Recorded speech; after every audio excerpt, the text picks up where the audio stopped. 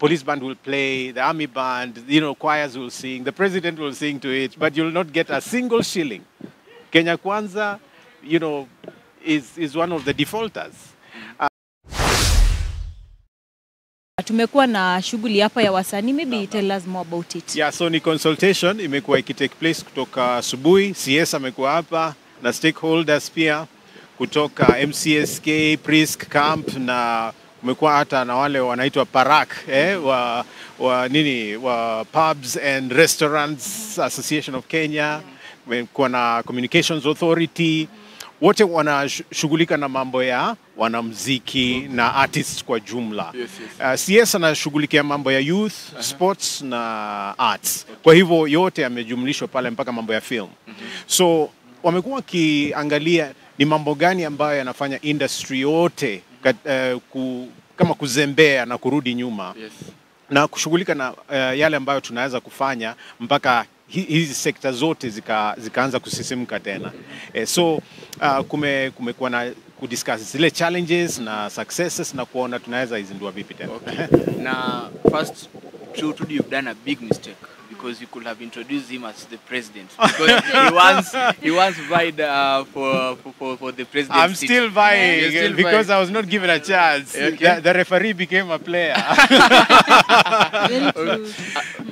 And the one thing I love about you is that no matter your age, but you still talk as youths about when you know you are sharing and everything. I have children ambao nakuza my own na wengine wengi nakuza ambao si my own. I believe in youth like crazy. Okay. Mimi, you take away youth, there's no society. Okay. So in fact mimi natakuwa leader primarily because we need to snatch leadership kutoka kwa wazee na kuileta kwa youth. Wazee ndio wanatuletea mashida katika nchi hii. People my age and upwards ndio wanaleta ukabila, ndio wanaleta mambo ya violence, ndio wanaleta mambo ya kupora na wizi. They are thieves. The youth are not stealing. The youth are just, in fact, struggling to make ends meet. They're struggling for fees, struggling for rent, struggling for jobs, struggling for everything. Now, wachache ndio wamechukua hizo vitu zote wameweka kwa mikono. So we need to remove them from the older population and give youth ambao ni karibu 70%. The country is youth. Yes. Okay, so every time when you release a song, it does so well. Where do you get the inspiration of your songs? Well, from the scriptures and from life. Ni vizuri kuwa realistic. I live truth. I mean, siwezi andika kitu ambacho I don't believe in. So, kama ni muziki, you introduced me as a gospel artist. I also write social songs. Nimeandika hata za kisiasa. So I'm very passionate about truth, about life, about justice, about values, about governance ambayo iko people-centered. Me, I'm a very big, passionate person about kitu tunaita ubuntu. I am because we are. Yani, you have to focus on people before projects. Yes. And let me want to go a bit politics. And I was so curious.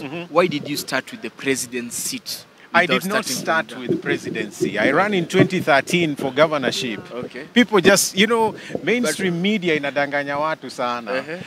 And it's not actually the first time I'm pushing for leadership. Even as early as 1990, tulikuwa tunasukuma mambo ya kina Ouko kuuawa and asking government who killed him, tuambie as students.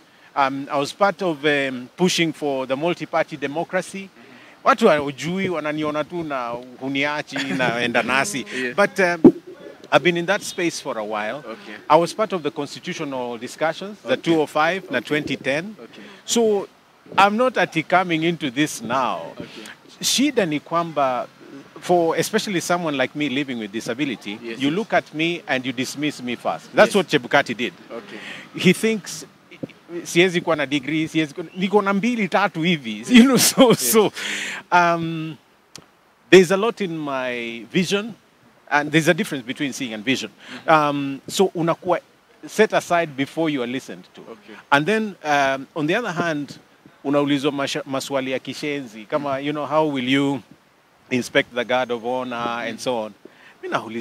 How did I manage to marry a beautiful woman, walk down the aisle, So The issue is there's too much stigmatization. Okay. And then the other thing is that we are so used to cartels and used to status quo. Mpaka hatuoni nje.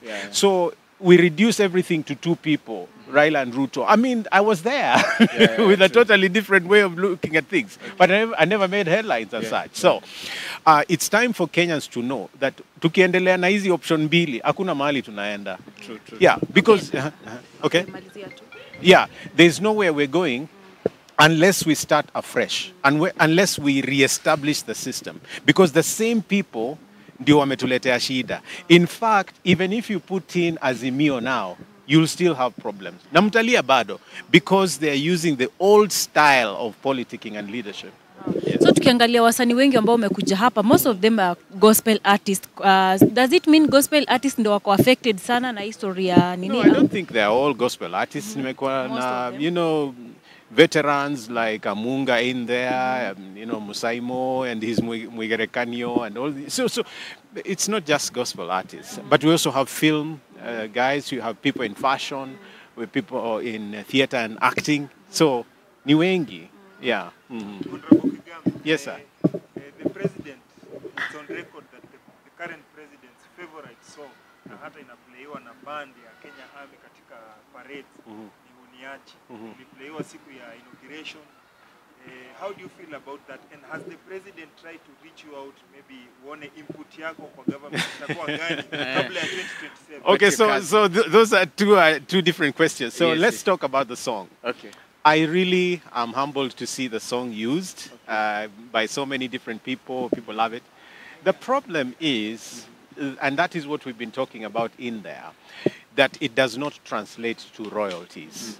So the band will play, the police band will play, the army band, you know, choirs will sing, the president will sing to it, but you'll not get a single shilling. Kenya Kwanza, you know, is one of the defaulters. Azimio was singing Enda Nasi in the rallies, not a single shilling. So the political parties and structures are the first to break the issue of royalties when it comes to paying artists. They may contract if you sang a song like Lero, Lero, Ni Lero, you know, they will probably pay you like a small something. But we are not in that bracket. We are writing songs that are used and they don't pay. Now, regarding involving myself in government, I just want to be very clear. As long as people don't come first in anything I do, I'm not interested. Okay. Yeah. So people come before projects, before development, anything before policy. Okay. Yeah.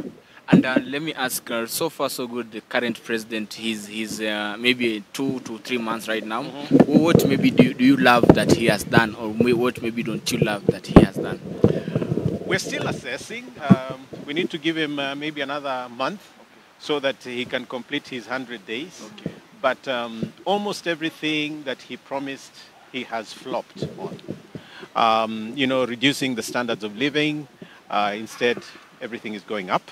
And then wrong priorities. So instead of dealing with food and school fees and health, he's building houses. And then instead of buying the maize from the farmers in the North Rift where he comes from, he's busy importing maize when we are harvesting. That's an insult to farmers. And he is an agricultural scientist himself. His PhD is in plant ecology. He should be the one talking about where the nation should go with GMOs. Instead, anachia Moses Kuria. Moses Kuria is a business person, trade and, you know, industry. Not even Linturi this time. So how is it that a professional PhD holder in plant ecology, like President Ruto, is not the one giving the nation guidance? And before, by the way, as Minister for Agriculture, he opposed GMOs. Yes. So for him to lift the ban, we read a very bad motive. And especially coinciding it with the time when Bill Gates has been here.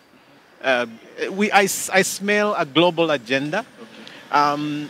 We need to have food sovereignty, not even food security, because we need to decide what we want to eat ourselves, not somebody telling us this is what you'll eat and pay me for it. Yes. Yes. And tukimalizia maybe when we wind up, there's this agenda of the removal of the 4 IBCs, whereby the Right Honorable Raila he's starting maybe a conversation that the 4 IBC shouldn't be removed. According to you, no, this is not a Raila thing. This is not a Ruto thing. Okay. The issue is, what does the law say, and what about government institutions or our institutions that manage elections? You know, the problem with, Kenya Kwanza getting involved in this thing is that as the ones who won a contested election, then they would be seen to be playing a game of, payback. Yes, yes. For Raila, who lost the election, he may be playing the game of catch-up. Okay. Now, you need to look at it with the issue of what is the term of IBC officials. In fact, at this point, with Wafula Chebukati going out of office, Cherera should actually be taking over. Yes. Once you take it up and begin to sound punitive and evoke the election problem, then you are becoming partisan, and no wonder some people are smelling a 2027 arrangement in it. Yeah. Thank you so much. Oh, I need to add that I need to go on record and say that although the Supreme Court and Kenya Kwanza hails Chebukati as a hero, he is the worst mistake Kenya ever made at IEBC, because people's lives have been lost in the process of, the elections. At the same time, many of us have seen injustices we have never seen again. And then, the judge that ruled in my favor was transferred 3 days after he ruled. Wow. And then, like I said, if you're in a football game, the referee should never go in the field to play. Yes. All I wanted was to participate. Wacha wa Kenya wanikatae. Yes. Not Chebukati. So he's the worst example at IEBC. Hata wacha hao wengine wa before. Thank you so much, sir. Thank you.